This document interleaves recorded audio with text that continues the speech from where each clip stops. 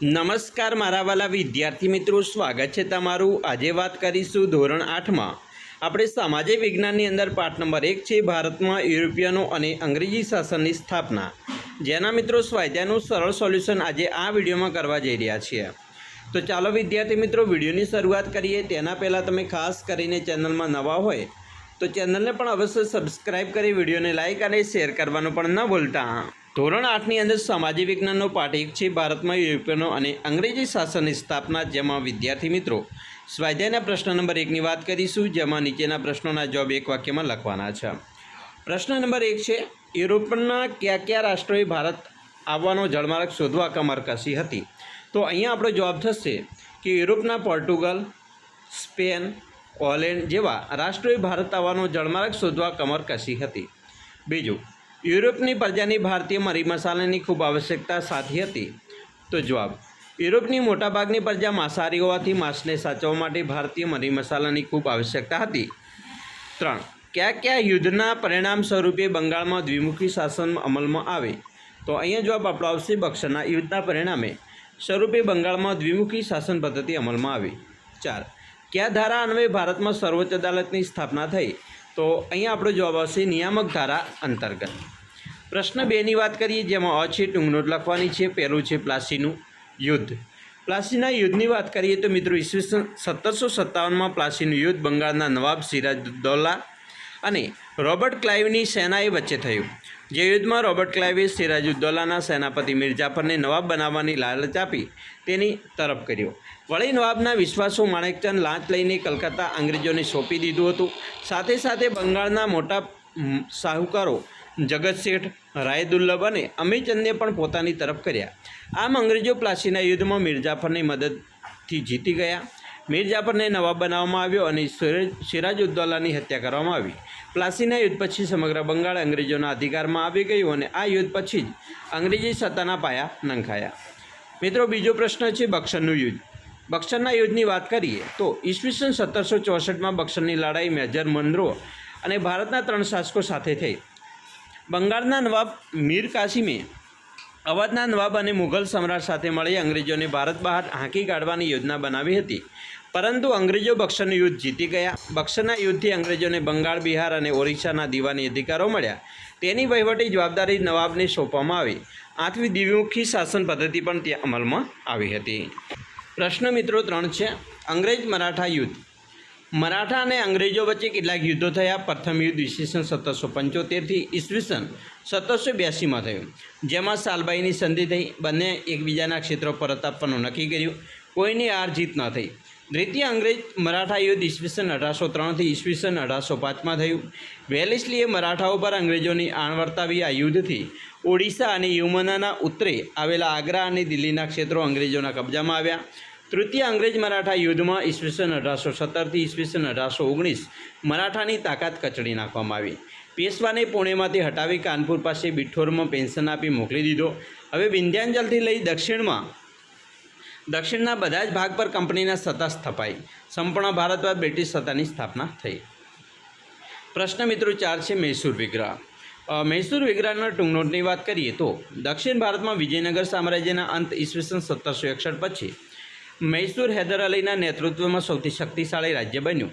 હૈદર અલીએ યુરોપિયન પદ્ધતિએ લશ્કરના સૈનિકોને તાલીમ આપી શસ્ત્ર સજ્જ કર્યું। અંગ્રેજો હૈદર અલીની ઝડપથી વધતી જતી સત્તા અને શક્તિ અંગે ચિંતિત બન્યા। તેથી મૈસૂર રાજ્ય સાથે 4 મૈસૂર વિગ્રહો થયા। આ યુદ્ધ પૈકી પ્રથમ 2 યુદ્ધ હૈદર અલી સાથે થયેલા અને બીજા 2 યુદ્ધ હૈદર અલીના શક્તિશાળી પુત્ર ટીપુ સુલતાન સાથે થયા। પ્રથમ મૈસૂર યુદ્ધમાં કોઈ પરિણામ આવ્યું નહીં। દ્વિતીય મૈસૂર વિગ્રહ સમયે ઈસવીસન 1782માં હૈદર અલીનું મૃત્યુ થતાં યુદ્ધ ચાલુ રહ્યું। છેવટે બંને પક્ષે સંધિ થઈ। તૃતીય મૈસૂર વિગ્રહમાં ટીપુ સુલતાન હાર્યો અને તેની ભયંકર હાનિ થઈ। ચતુર્થ મૈસૂર વિગ્રહમાં ટીપુ સુલતાન વીરગતિ પામ્યો અને અંગ્રેજોએ એક શક્તિશાળી શાસકને ખતમ કરી પોતાના સામ્રાજ્યને દ્રઢ બનાવ્યો। અંગ્રેજોએ મૈસૂર રાજ્ય અગાઉના વાડિયાર રાજવંશને સોંપ્યો અને તેના પર સહાયકારી સંધિ લાદવામાં આવી। પ્રશ્ન મિત્રો 2ની વાત કરીએ, જેનો બ છે। નીચેના પ્રશ્નોના જવાબ લખવાના છે। પહેલો પ્રશ્ન છે, યુરોપિયન પ્રજાને ભારત તરફનો જળમાર્ગ શોધવાની ફરજ પડી, વિધાન સમજાવો। તો એનું વિધાન મિત્રો જોઈએ તો ઈસવીસન 1453માં તુર્કોએ કોન્સ્ટેન્ટિનોપલ જીતી લીધું। ભારત અને યુરોપ વચ્ચેના વ્યાપારના માધ્યમનું તે મુખ્ય મિત્રો મથક હતું। તુર્કોએ કોન્સ્ટેન્ટિનોપલ જીતી લીધા. યુરોપમાં અને વિશ્વના પશ્ચિમના દેશોમાં ભારતનો માલ જથ્થો બંધ થઈ ગયો. યુરોપવાસીઓને ભારતના મરી મસાલાની ખૂબ જ જરૂરિયાત રહેતી હતી. તે વસ્તુઓ મળતી બંધ થઈ. ભારતમાંથી સુતરાઉ કાપડ, રેશમી કાપડ, મરી મસાલા, તેજાના ગળી, સુરોખાર, ઇમારતી લાકડા, અફીણ બહુ જ મોટા પ્રમાણમાં યુરોપના નિકાસ થતા. યુરોપની પ્રજા છે મહદઅંશે માંસાહારી હોય. માંસ સાચવા ભારતીય મરી મસાલાની ખૂબ આવશ્યકતા હતી. વળી સુતરાઉ કાપડ પણ એટલું જ આવશ્યક હતું. પરિણામે યુરોપિયન પ્રજાએ જમીન માર્ગે થતો વ્યાપાર બંધ થતાં નવા જળમાર્ગો શોધવાની ફરજ પડી. બીજો પ્રશ્ન છે બ્રિટિશ પોલીસ તંત્ર વિશે મુદ્દાસર નોંધ લખો. તો જવાબ એનો મિત્રો જોઈએ તો બ્રિટિશ પોલીસ તંત્રની શરૂઆત ગવર્નર જનરલ કોર્નવોલિસે કરી હતી. પરંપરાગત ભારતીય સામંતશાહી પોલીસ ખાતાની જગ્યાએ તેણે આધુનિક પોલીસ ખાતાની સ્થાપના કરી. જિલ્લા કક્ષાએ પોલીસ અધિકારી તરીકે જિલ્લા પોલીસ અધિક્ષક એટલે કે ડીએસપીની નિમણૂક કરી. વિભિન્ન જગ્યાએ પોલીસ સ્ટેશનની શરૂઆત કરાવી. તેના પર ફોજદારી નિમણૂક કરી. ગામડામાં ચોકીદારની નિમણૂક થતી. પોલીસ તંત્રમાં પણ ઉચ્ચ હોદ્દા ઉપર માત્ર અંગ્રેજો જ રહી શકતા. ભારતીય સિપાહીઓ એટલે કે કોન્સ્ટેબલ કક્ષાએ કામ કરતા. ત્રીજો પ્રશ્ન મિત્રો જોઈએ તો ભારતની પ્રજા માટે વિદેશી શાસન અને વિદેશી કાયદાઓ બંને અસ્વીકાર્ય છે. મહાત્મા ગાંધીના આ વિધાનને સમજાવો. તો મિત્રો એનો જવાબ જોઈએ. બ્રિટિશ વહીવટીતંત્રને આધુનિક વહીવટીતંત્ર કહી શકાય, પરંતુ તેનો ઉદ્દેશ ભારતમાં બ્રિટિશ સામ્રાજ્યને મજબૂત બનાવવાનો હતો. એટલે ભારતીયો આ વહીવટીતંત્રનો પૂરતો લાભ લઈ શક્યા નહીં. અંગ્રેજોએ નિરંકુશ રીતે ભારતીયો વિરુદ્ધ આ કાયદાઓ દ્વારા વ્યવહાર કર્યો હતો. એટલે બ્રિટિશ શાસનની ભારતમાં એક અવિશ્વાસનું વાતાવરણ ઊભું થયું. પ્રબુદ્ધ ભારતીયોને તેનો વિરોધ કર્યો, કારણ કે તેનાથી ભારતીય જનતાની સુખાકારીને બદલે બ્રિટિશ સ્વાર્થની પૂર્તિ થાય છે. માટે ગાંધીજીએ આમ કહ્યું હતું. પ્રશ્ન 4 છે દ્વિતીય અંગ્રેજ મરાઠા યુદ્ધના પરિણામો જણાવો.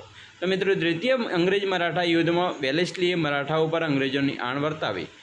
આ યુદ્ધથી ઓડિશા અને યમુનાના ઉત્તરે આવેલા આગ્રા અને દિલ્હીના ક્ષેત્રો અંગ્રેજોના કબજામાં આવ્યા.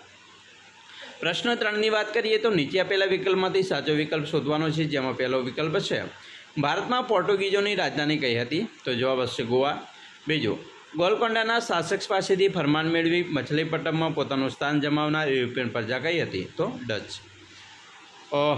એના પછી ભારતમાં ન્યાયતંત્રની શરૂઆત કરનાર અંગ્રેજી અધિકારી કોણ હતો. તો વોરન હેસ્ટિંગ. વિદ્યાર્થી મિત્રો સરસ મજાનું આપણે સ્વાધ્યાયનું સોલ્યુશન જોયું. બરાબર. અમે આશા રાખીએ છીએ તમને આપણા વિડીયો છે ખૂબ જ ઉપયોગી નીવડશે. ખાસ કરીને તમારી જે પરીક્ષાઓ અલગ અલગ લેવામાં આવે છે તેની અંદર પણ મિત્રો પૂછાતું હોય છે. તો આ વિડીયો તમને ખૂબ જ તમારી પરીક્ષા માટે ઉપયોગી સાબિત થશે અને સ્વાધ્યાય માટે પણ મિત્રો ઉપયોગી થશે. ખાસ કરીને ધોરણ મિત્રો 8ના તમામ સ્વાધ્યાય પોથીના જે ભાગો આવેલા છે તેનું આપણે સોલ્યુશન બનાવીને મૂકી રહ્યા છીએ. જો જોવાનું બાકી છે તો આપણી ચેનલના પ્લેલિસ્ટમાં જઈને જોઈ શકો છો. ચાલો મિત્રો, આશા રાખીએ છીએ તમને આપણો વિડીયો ખૂબ જ ઉપયોગી થશે. ખાસ વિડીયો ગમે હોય તો લાઇક, શેર અને સબસ્ક્રાઈબ કરવાનું પણ ન ભૂલતા.